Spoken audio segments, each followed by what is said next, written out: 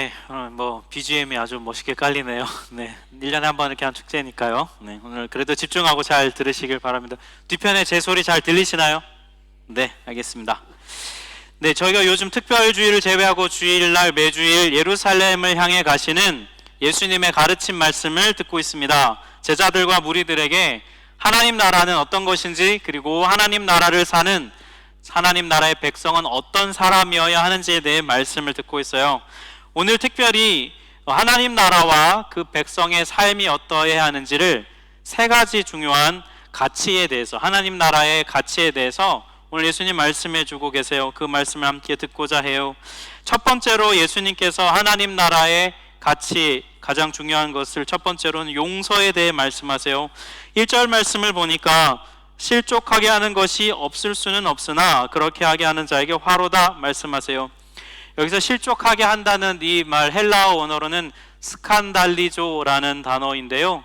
이것이 파생된 다른 단어 스칸달론이라는 단어가 있는데 그게 뭐냐면 사냥꾼이 짐승을 잡기 위해서 이렇게 덫을 설치해 놓거나 올무를 설치해 놓은 걸 가리켜 스칸달론이라고 말해요. 또 여러분이 잘 아시는 스캔들이라는 단어 아시죠? 유명인이나 연예인들이 나쁜 일에 휘말리는 것들을 스캔들이라고 하는데 그것 역시 이 스칸달리조라는 단어에서 파생된 거예요. 그러니까 이게 의미가 뭘까? 실족하게 하는 거. 공동번역본에 보면 이렇게 돼 있어요. 죄악의 유혹이 없을 수 없지만 남을 죄짓게 하는 사람은 참 불행하다. 그러니까 여기 남을 죄짓게 한다, 이 말이 바로 실족하게 한다는 말의 뜻입니다.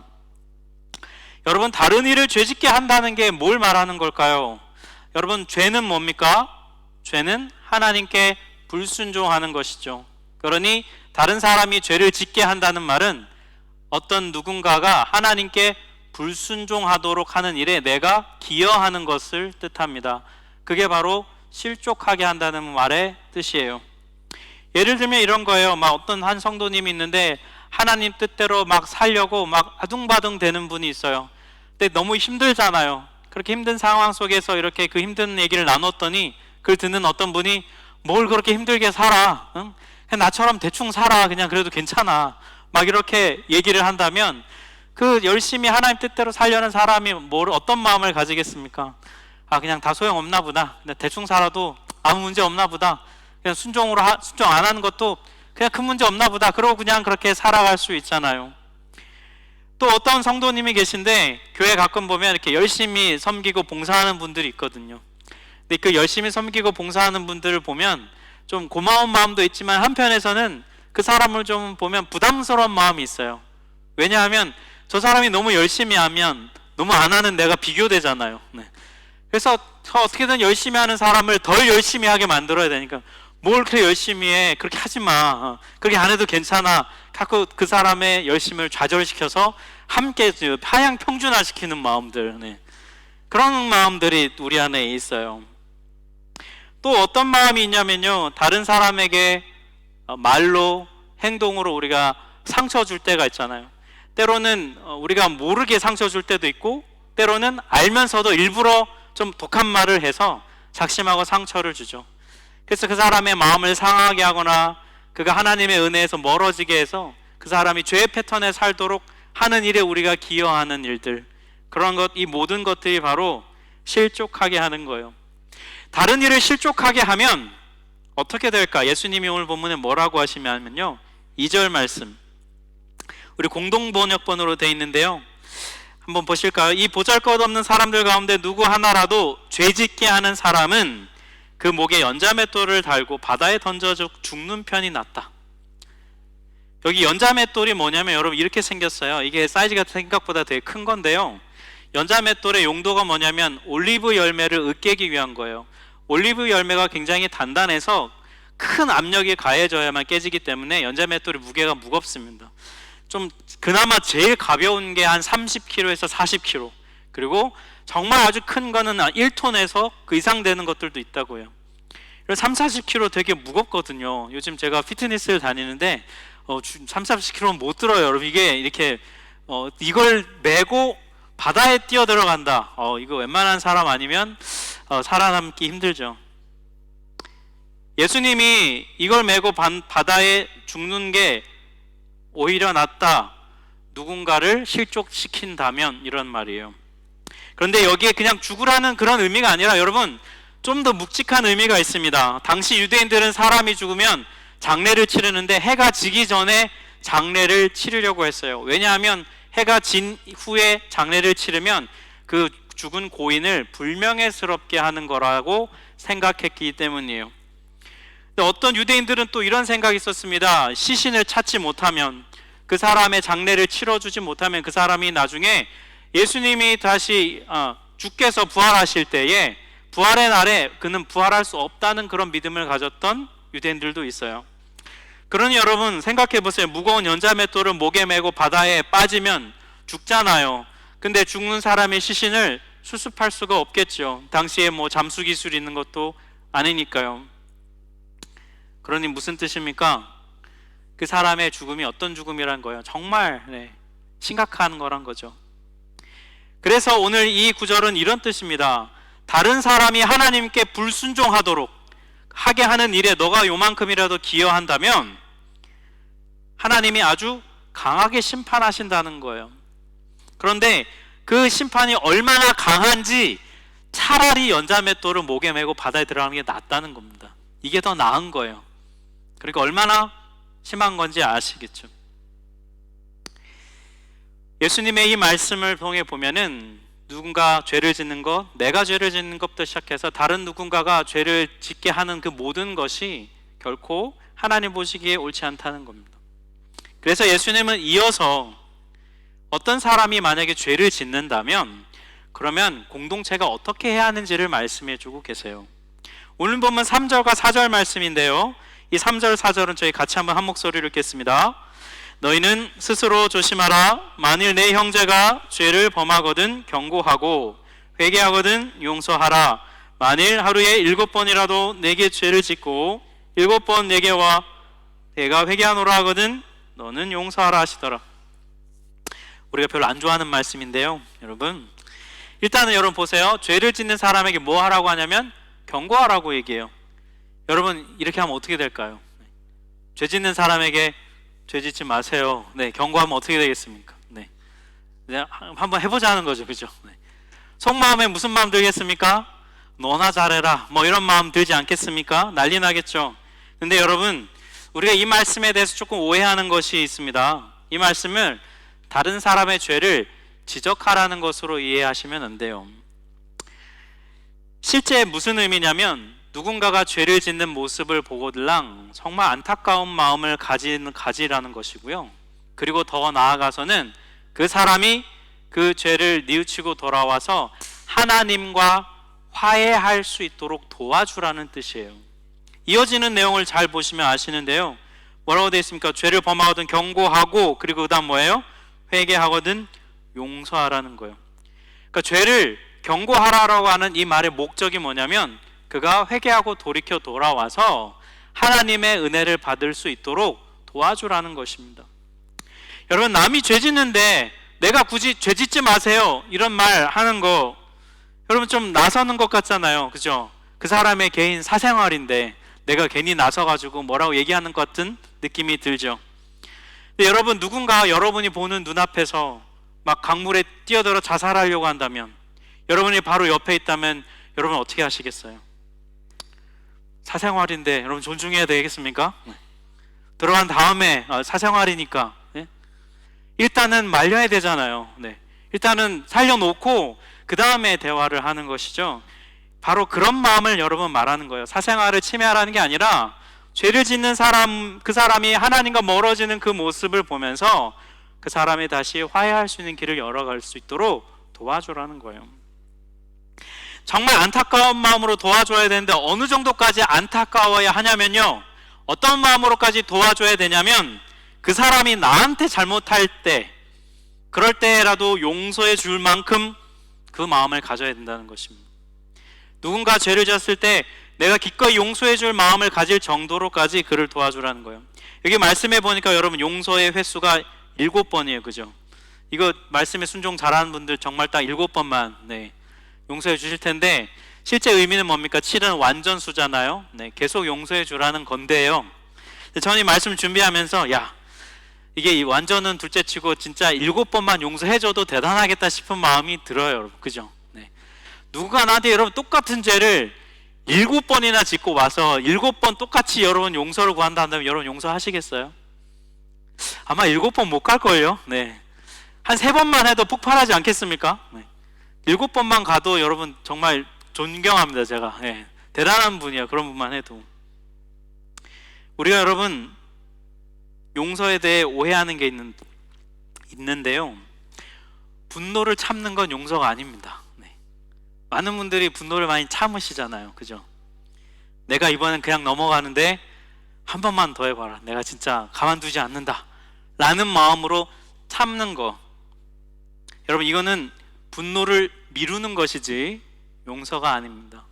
용서는 뭐예요? 잊어버리는 겁니다. 잊는 겁니다. 내 마음에서 미움을 떠나보내는 것이죠. 미움을 버릴 때 용서는 비로소 완료될 수 있어요. 만약 내 마음에 누군가가 여전히 용서가 되지 않는다면 우리가 해야 될 것은 미움을 버릴 수 있도록 기도해야 해요. 우리는 어떻게 하면 용서할 수 있을까요? 여러분 정말 어렵잖아요, 그죠? 용서하려면 자기 의를 버려야 합니다. 자기 의가 뭔가요? 내가 보기에 내가 옳은 마음을 가지는 거예요. 자기 의가 우리 안에 있으면 어떻게 되냐면 상대방을 미워해도 된다는 정당성이 생깁니다. 왜냐하면 나는 맞고 그 사람은 틀렸으니까요. 용서가 어려운 이유는 내 안에 자기 의로 가득 차 있기 때문입니다. 나보다 그 사람이 더 많이 잘못했다고 생각하기 때문이에요. 사랑하는 여러분, 저 사람처럼 나도 은혜가 필요하다는 이 마음을 가질 때 비로소 자기 의가 무너지고 하나님의 의가 우리 안에 밀려 들어와요. 성경은 분명히 말합니다. 자기 의로 살 수 없다. 너의 의로움으로 하나님 앞에 의로움 받을 수 없다라고 말해요. 우리가 살 수 있는 유일한 길은 뭡니까? 자기 의가 아니라 하나님이 주신 의를 덧입는 거잖아요, 예수 그리스도를 통해서. 그래서 여러분, 우리가 하나님의 의로움을 자꾸 구하잖아요. 하나님이 주시는 하나님의 의를 우리의 마음에 채우잖아요. 그러면 우리 안에 있던 자기 의가 밀려나가게 돼요. 우리 안에 있는 자기 의가 깨어져 부서지게 됩니다. 여러분, 그럴 때에 우리가 용서할 수 있어요. 내가 상대방을 용서하면요, 결국 그 사람도 하나님의 은혜를 경험하게 돼요. 나를 통해서 누리게 됩니다. 용서는요, 서로 복수하고 서로를 미워하는 것을 멈추게 하는 놀라운 힘이에요. 즉 서로 죄를 짓고 상대방도 죄를 짓도록 만드는 걸 멈추게 하는 놀라운 하나님 나라의 능력이라고요. 이거는 우리 인간에게 있지 않아요. 하나님에게 부어지는 놀라운 힘입니다. 사랑하는 여러분, 자기 의를 버리고 하나님의 의를 덧입으신 여러분, 용서로 나아가시기를 축복합니다. 자기 의를 버리고 하나님의 의를 덧입어서, 그래서 죄를 짓고 누군가를 죄를 짓게 하는 이 굴레로부터 벗어나서 하나님의 나라를 이 땅에서 누리는 여러분 되시기를 축복합니다. 두 번째, 예수님께서 우리에게 말씀해 주신 하나님 나라의 가치는 믿음이에요. 오늘 보면 5절과 6절을 보니까 사도들이 주님께 이런 말을 합니다. 우리에게 믿음을 더해 주십시오, 이런 말을 해요. 그랬더니 주님의 대답이 뭐냐면, 너희에게 겨자씨 하나일 만한 믿음이 있으면 뽕나무가 여기 뽑혀갖고 바다에서 심길 것이다 라고 말씀하셨어요. 이건 좀 약간 동문서답 같지 않습니까? 여러분, 일단 믿음을 더해 주세요 라고 요청하는 게 여러분 좋은 겁니까, 나쁜 겁니까? 좋은 거잖아요. 믿음 더해달라는 건데 뭐가 문제겠어요? 근데 예수님의 대답을 보면 뭔가 칭찬하는 느낌이 좀 아니잖아요. 성경 연구가들이 이 구절을 어떻게 해석했냐면, 사도들의 이 요청, 믿음을 더해 주십시오 라고 말하는 이 요청이 좀 교만한 거라고 말해요. 왜냐하면 이미 믿음이 자기들은 있는데, 자기들은 자기가 보기에 믿음이 있는 거예요. 근데 믿음이 좀 더 많아지면 좋아할 것 같으니까 예수님께 이렇게 요청했다는 거예요. 근데 예수님이 보시는 사도들의 상태는 믿음이 있는 상태가 아니었다는 거예요. 오히려 예수님 뭐라고 말씀하시냐면, 믿음이 더해달라고 말하지 말고 너에게 믿음이 있는지나 점검해 보라고 말씀하신다는 겁니다. 여러분, 이 말씀이 우리에게 무슨 가르침을 주고 있을까요? 우리에게 주는 가르침은 바로 이것입니다. 우리에게 필요한 것은 큰 믿음이 아니라 크신 하나님을 믿는 믿음이 필요하다는 거예요. 여러분, 이해하셨어요? 우리에게 큰 믿음이 필요한 게 아니라 하나님의 크신, 그 크신 하나님을 향한 믿음이 필요하다. 믿음의 양이 중요한 게 아니라 믿음이 있는지 없는지, 그것이 중요하다는 것입니다. 우리가 여러분 보통 이런 생각을 갖고 있습니다. 믿음이 크면요, 믿음이 크면 그 큰 믿음으로 한 기도는 하나님이 들어주실 거란 기대감이 있어요. 목회자로서 기도하는데 처음 막 기도하면서 주님, 우리 교회에 100명의 성도를 주십시오 라고 예를 들면 기도한다고 쳐봐요. 100명의 성도를 막 기도하는데 옆에 드는 다른 목사님이, 이 믿음이 작은 사람아, 한 10,000명을 달라고 기도해야지 믿음을 크게 가져, 막 이렇게 얘기한다고 한번 생각해 보세요. 하나님, 저에게 집 한 채 주세요, 막 한 채만 주시면 제가 감사하고 막 기도했더니 옆에 드더니, 야, 믿음 좀 크게 가져, 이왕이면 한 100억짜리 집 달라고 기도해야지, 무슨 소리야, 막. 큰 믿음, 그죠? 네. 여러분, 만약에 이런 생각을 갖고 우리가 신앙생활을 한다면, 여러분, 큰 믿음을 달라고 기도하는 마음의 핵심은 뭐가 되겠습니까? 목적이 뭐겠어요? 하나님을 컨트롤하려는 거잖아요. 하나님을 조종하려는 거잖아요. 내가 큰 믿음을 가진 내가 기도하면 하나님이 들어주셔야만 하는 것이죠. 그리고 이런 신앙이 바로 기복신앙으로 가고 샤머니즘에 가까운 신앙이에요. 예수님은 오늘 분명하게 말씀하셨습니다. 너희 믿음의 크기는 겨자씨만큼만 있어도 된다는 거예요. 중요한 건 뭐예요? 믿음의 크기가 아니라 믿음의 질이라는 것입니다. 사이즈가 아니라 퀄리티가 중요하다는 거예요. 이것을 위해서, 여러분, 이걸 위해서 우리에게 뭐가 필요할까? 성경에 나오는 히브리서 11장 6절이 우리가 믿음의 큰 믿음이 아니라 정말 겨자씨만한 믿음이라도 제대로 된 믿음을 가지려면 무엇이 있어야 하는지 우리에게 얘기해 주고 있어요. 11장 6절 말씀, 저희 새 번역본인데 우리 한 목소리로 합독하겠습니다. 믿음이 없이는 하나님을 기쁘게 드릴 수 없습니다. 하나님께 나아가는 사람은 하나님이 계시다는 것과 하나님은 자기를 찾는 사람들에게 상을 주시는 분이시라는 것을 믿어야 합니다. 네, 이 구절에서 우리에게 올바른 믿음을 갖기 위해서 두 가지를 얘기해 주고 있어요. 첫 번째로는 뭘 얘기해 주고 있냐면, 올바른 믿음을 가지려면 배움이 필요하다는 거예요. 뭘 배워야 하냐면 하나님이 어떤 분이신지를 배워야 한다는 겁니다. 하나님이 계신 거를 믿으라고 하잖아요. 하나님이 정말 살아계시다는 걸 깨달아 알아라는 거예요. 하나님이 당신을 찾는 자들에게 상 주시는 분임을 믿으라. 즉 무슨 말입니까? 하나님은 우리를 너무 만나고 싶어하는 분이라는 거예요. 우리가 하나님을 찾으면 하나님 너무 기뻐하신다는 것을 말해주고 있어요. 한마디로 뭘 얘기하는 거냐면 우리가 믿는 하나님이 어떤 분인지를 배워야 한다는 겁니다. 여러분, 이거 너무 당연하지 않습니까? 여러분, 하나님이 어떤 분인지를 모르는데 우리가 어떻게 그 하나님을 믿을 수 있겠어요? 우리가 하나님이 어떤 분인지를 모르는데 어떻게 그분을 향한 우리의 믿음이 자랄 수 있겠습니까? 그건 불가능한 것이죠. 하나님을 배우려면요, 여러분, 성경 읽어야 합니다. 하나님을 배우려면 묵상해야 돼요. 기도해야 하고요. 그리고 양육을 받아야 합니다. 이 과정을 통해 하나님을 배움이 있어야, 그래야 우리의 믿음이 자라요. 두 번째로 우리가 참 믿음을 가지려면 결단이 필요하다고 얘기해요. 이 구절 끝에 보면 이렇게 얘기하죠. 믿어야 합니다. 그죠? 믿어야 합니다. 배움을 통해 하나님을 알게 된 그 하나님을 믿기로 뭐 하는 겁니까? 결단하는 거예요. 우리가 하나님에 대해 배우긴 하지만 여러분, 그렇다고 우리가 하나님의 모든 걸 다 알 수는 없어요. 하나님은 초월적인 분이거든요. 그러니 하나님에게 대해 배워가는 어느 그 과정 속에서 뭐가 필요하냐? 우리의 결단이 필요한 거예요. 안셀무스라고 하는 신학자가 이런 말을 했습니다. 나는 알기 위해 믿는다, 이런 말을 했어요. 네. 우리가 어떤 대상을 알고 하려면 어느 시점 이상을 가면 참 믿음을 가지고 믿기로 결단할 때 더 깊이 알아가게 되죠. 우리가 누군가와 깊은 관계가 되는 거 여러분 잘 생각해 보세요.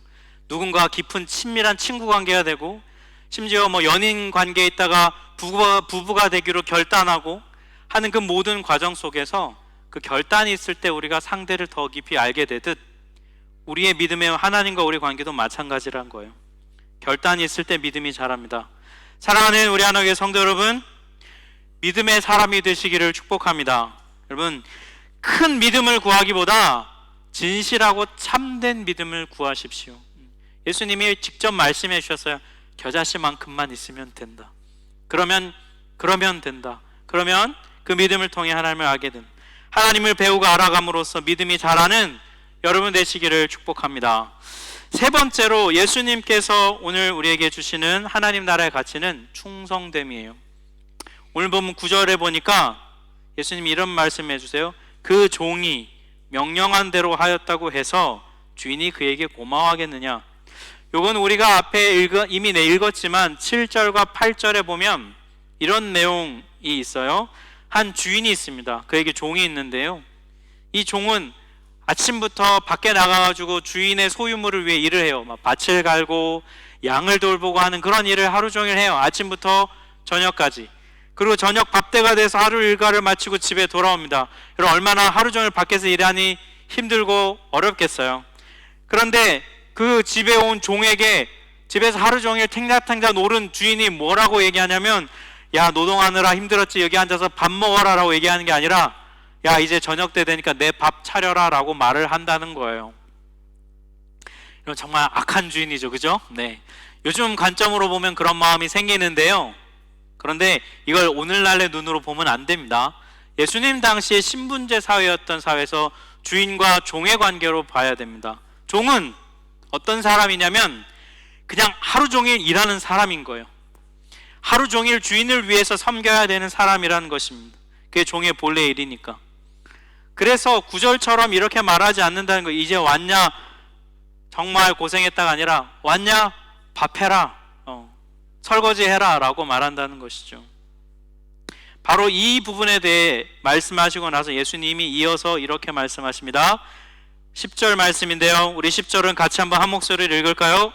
이와 같이 너희도 명령받은 것을 다 행한 후에 이르기를 우리는 무익한 종이라 우리가 하여야 할 일을 한 것뿐이라 할지니라. 네, 여기 여러분 무익한 종이라고 하는 표현은 말 그대로 쓸모없는 이런 뜻인데요, 가치 없는 이런 뜻입니다. 그런데 여기서 나타내는 의미는 뭐냐면 하나님 앞에 이런 말을 할 만큼 지극히 겸손한 태도를 가지라는 뜻이에요. 여러분, 우리가 막 쓸모없는 그런 존재는 아니잖아요, 그죠? 네, 우리가 이만큼 하나님 앞에 겸손하라는 것이죠. 예수님은 우리가 이런 태도로 살아야 한다는 거예요. 하나님께서 우리에게 이 땅에서의 사명을 맡겨주셨다는 겁니다. 여러분의 삶에서 그리고 교회에서 우리에게 맡겨주신 사명이 있다는 거예요.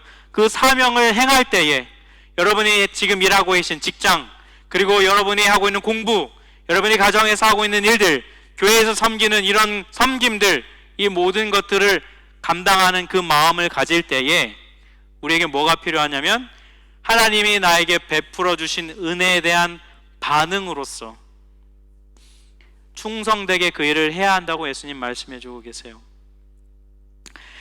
이거를 가장 잘 표현한 사람이 누구냐면 바울 사도입니다. 바울 사도가 여러분 고린도전서 15장 10절에 보면은 이런 말을 합니다. 그러나 나는 하나님의 은혜로 오늘의 내가 되었습니다.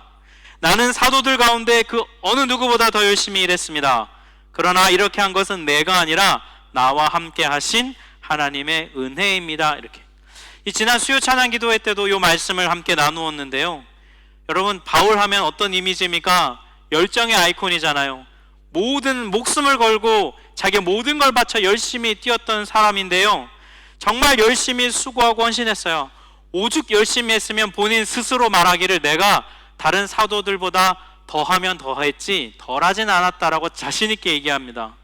그런데 이렇게 열심히 한 바울이 자신의 업적과 수고를 드러내는 게 아니라 오히려 열심히 그렇게 섬기고 애썼던 이유가 뭔지를 설명해 주고 있어요. 그게 뭐냐면 바로 하나님의 은혜에 대한 반응이었다는 거예요. 하나님의 은혜에 대한 반응으로 내가 이렇게 달려갔다는 거예요.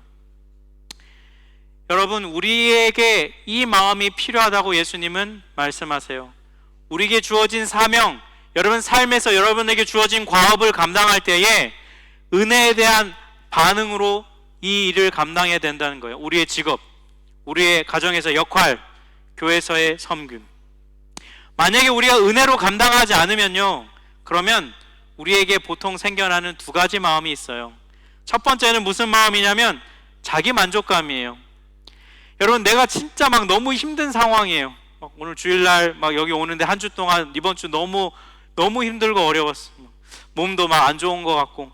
그런데 어떻게든 힘을 내서 막 교회에 막 열심히 막 왔어요. 어떻게 와가지고 막 예배도 드리고, 하필 왔는데 오늘 또 막 하필 친교 봉사에 그래서 막 너무 힘든데 또 막 테이블 설치하고 막 끝나고 막 힘든데 설거지하고 막 어떻게든 열심히 막 했어요. 그렇게 열심히 막 하고 여러분 집으로 돌아갈 때 여러분의 마음은 어떻습니까? 좀 스스로 떳떳한 마음 있지 않나요? 내가 이렇게 힘든데도 내가 와서 했다, 이런 마음. 누구 하나 나한테 한마디만 해봐라 내가 가만두나, 막 이런 마음, 떳떳한 마음이 우리 안에 생기잖아요. 이 정도 내가 했으면 되는 거 아닌가, 그런 자기 만족감에 빠집니다. 여러분, 또 한 가지 무슨 마음이 있냐면 보상 심리의 마음이 생겨요.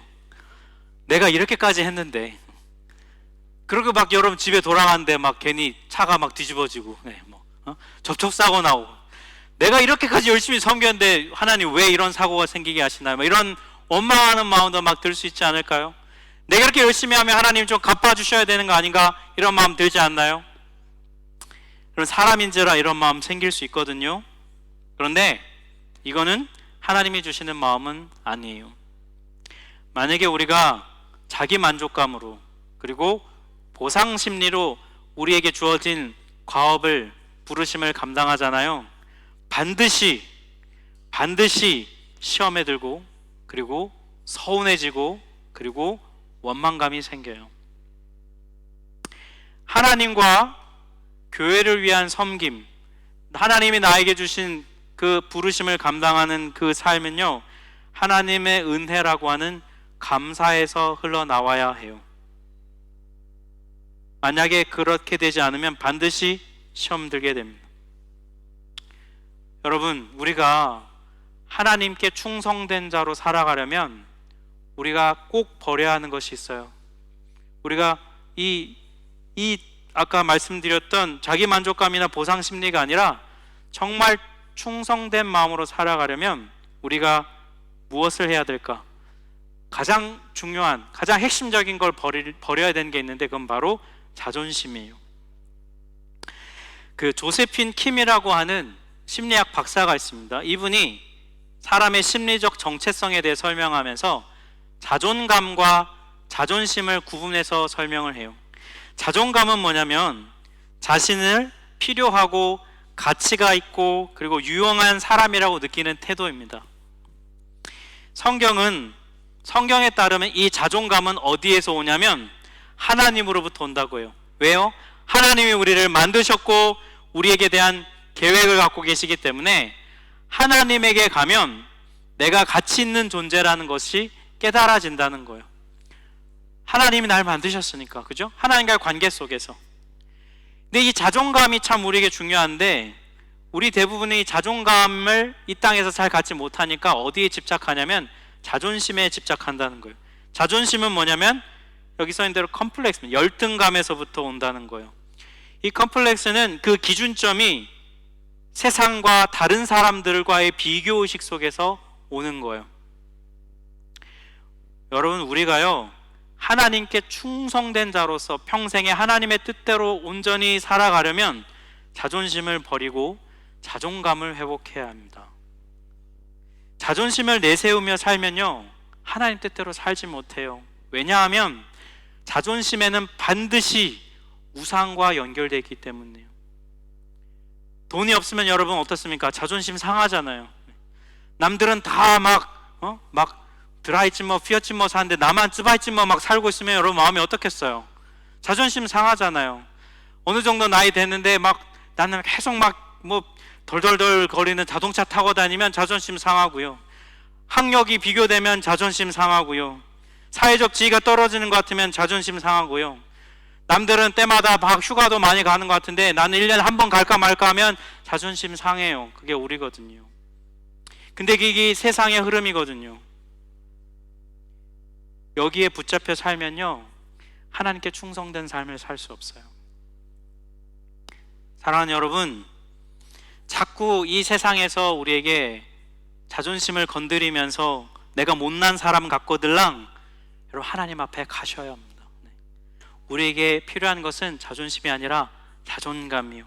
하나님께 물어보십시오. 여러분, 하나님이 하라는 거 하고 하나님이 하지 말라는 거 안 하고요, 하나님이 가라는 데 가고 머물라는 데 머물면 그 삶, 그 충성된 삶은 하나님께서 반드시 지키시고 보호하고 인도하셔서 자존심에 휘둘리는 삶이 아니라 자존감이 하나님 안에서 붙들린 삶을 살아갈 수 있어요. 여러분, 우리가 이 복을 누려야 해요. 컴플렉스 때문에 휘둘리면서 우상 숭배하면서 살아가는 삶은 결코 행복한 삶이 될 수 없습니다. 오늘 예수님 우리에게 용서와 믿음과 충성됨, 이 세 가지 하나님 나라의 가치를 말씀해 주셨어요. 그런데 이 용서와 믿음과 충성됨, 이 세 가지 가치는 오늘날 그리스도인에게 정말 찾아보기 힘든 가치입니다. 왜냐하면요, 이 세 가지 다 모두 자기 중심성을 정면으로 거부해야만 가질 수 있는 가치이기 때문입니다. 여러분, 우리가 살고 있는 이 세상의 지금 흐름은요, 우리가 쉬고 싶을 때 쉬고 먹고 싶을 때 먹고 그리고 일하고 싶을 때 일할 수 있는 삶, 그 삶이 행복한 삶이라고 말하는 삶이에요. 코로나 이후에 더 그런 부분이 강해진 것 같아요. 그것이야말로 행복이고 그것이야말로 수준 있는 삶이고 그게 능력 있는 삶이라고 말하는 세상을 우리는 살고 있습니다. 자기가 컨트롤할 수 있는 삶. 그런데 여러분, 말씀은 그게 아니라 내가 주인이 되어 컨트롤할 수 있는 삶이 아니라 하나님이 주인 되셔서 하나님의 컨트롤을 받는 삶이 복된 삶이라고 예수님은 말씀해주고 계십니다. 사랑하는 여러분, 그래서 이 용서와 믿음과 충성됨의 가치를 가질 때 이 땅에서 구별된 하나님 나라 백성으로 살아갈 수 있어요. 그리고 그 자를 하나님은 반드시 복을 주신다 약속해 주셨습니다. 우리 하나교회, 그리고 우리 하나교회에 계신 성도님들은 이 복을, 이 세 가지 가치를 붙잡고 나가서 이 복을 누리는 여러분 되시기를 주님의 이름으로 축복합니다. 우리 같이